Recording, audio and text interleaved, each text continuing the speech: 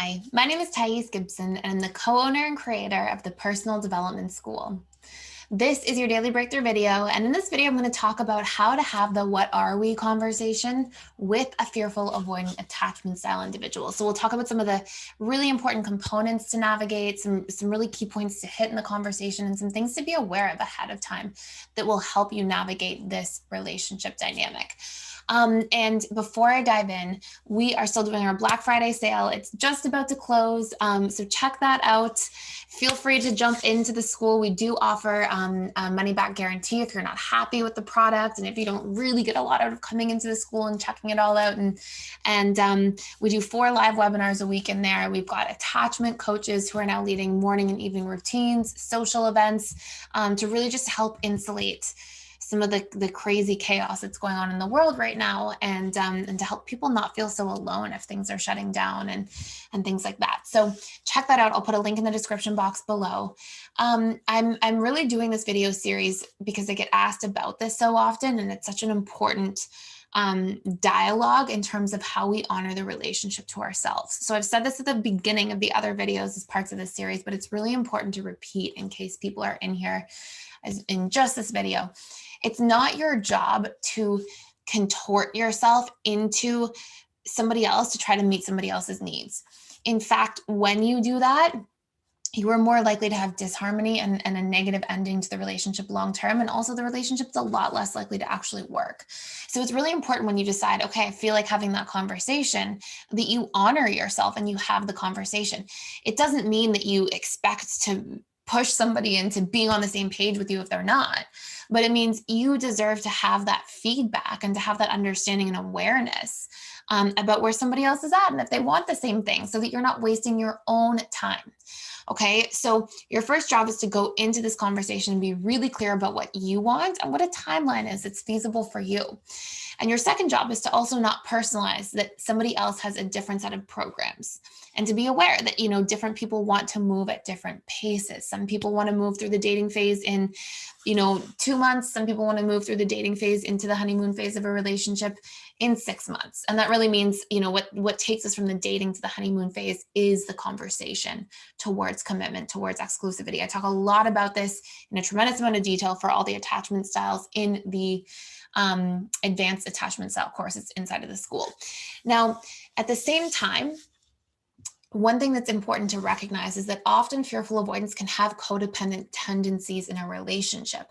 And while this can seem like something at the beginning of a relationship where it's like fireworks and wow, this person's so present and they meet all my needs and they're so loving and supportive, that can ultimately be something that really creates dynamics in a relationship that are painful long-term.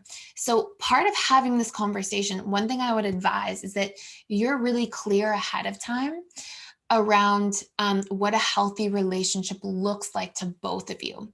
And I would suggest having that conversation with the fearful avoidant.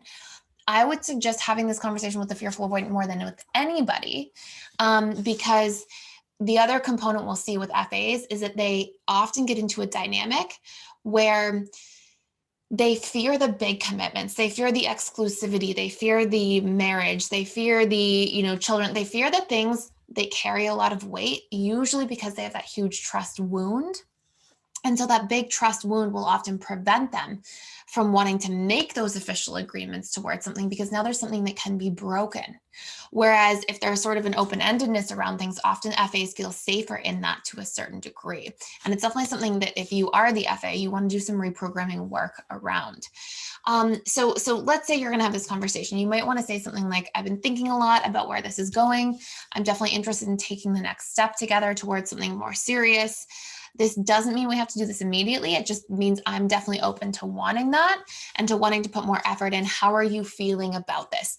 And we leave this part of the conversation very open-ended, because part of how a fearful avoidant feels safe around commitments and connection is if they feel like they can communicate about these things effectively. If they feel like there's a closed door, if they feel like there's pressure, if they feel like, it has to be immediate or it's all or nothing, a lot of these things will make them feel trapped. And part of the trappedness comes from having these competing needs, really wanting love, really wanting affection, really wanting closeness, and being terrified terrified of it at the same time. So by leaving, your intentions clear and transparent, which is again something else that makes a fearful avoidant feel safe, and then by opening the dialogue to say, this is where I'm at. It doesn't have to be immediate. How are you feeling? And by making it an open-ended conversation, you stop the big avoidant wounds from being triggered. And the more we establish this foundation of having open conversation about the tough things, and we lay that foundation out, the easier the relationship will be long-term completely. And so it's really, really important. And fearful avoidants often want a lot of that positive reinforcement that they can talk about everything, they can open up. So that is absolutely how I would navigate that conversation. Again, don't personalize. If there are some fears that come up for the fearful avoidant, if they pull back a bit, you have to get that information. You have to honor yourself and your needs and where you're at. You have to be a good communicator to be secure in a relationship. And then ultimately, if the person wants to work through their fears and show up, then they will, okay? And that's the most important feedback you're gonna get. Somebody might like you so much and be so interested, but their fears could be so strong that they're just not willing to overcome them yet. And it doesn't make you less of a person. It doesn't make you less interesting or attractive or lovable in any way. And so we wanna make sure we also don't tell stories around this feedback that we personalize, okay? So that's definitely the best approach. Really important components. Let me know in the comments below some of the things you've experienced in terms of what conversations were helpful for you in terms of establishing where a relationship is at, or some lines that really stuck out to you, and everybody can sort of go in there and share. Thank you so much for watching. Thank you for being here. Please like, share, and subscribe if you're getting a lot of value out of these videos, and I will see you in the next one.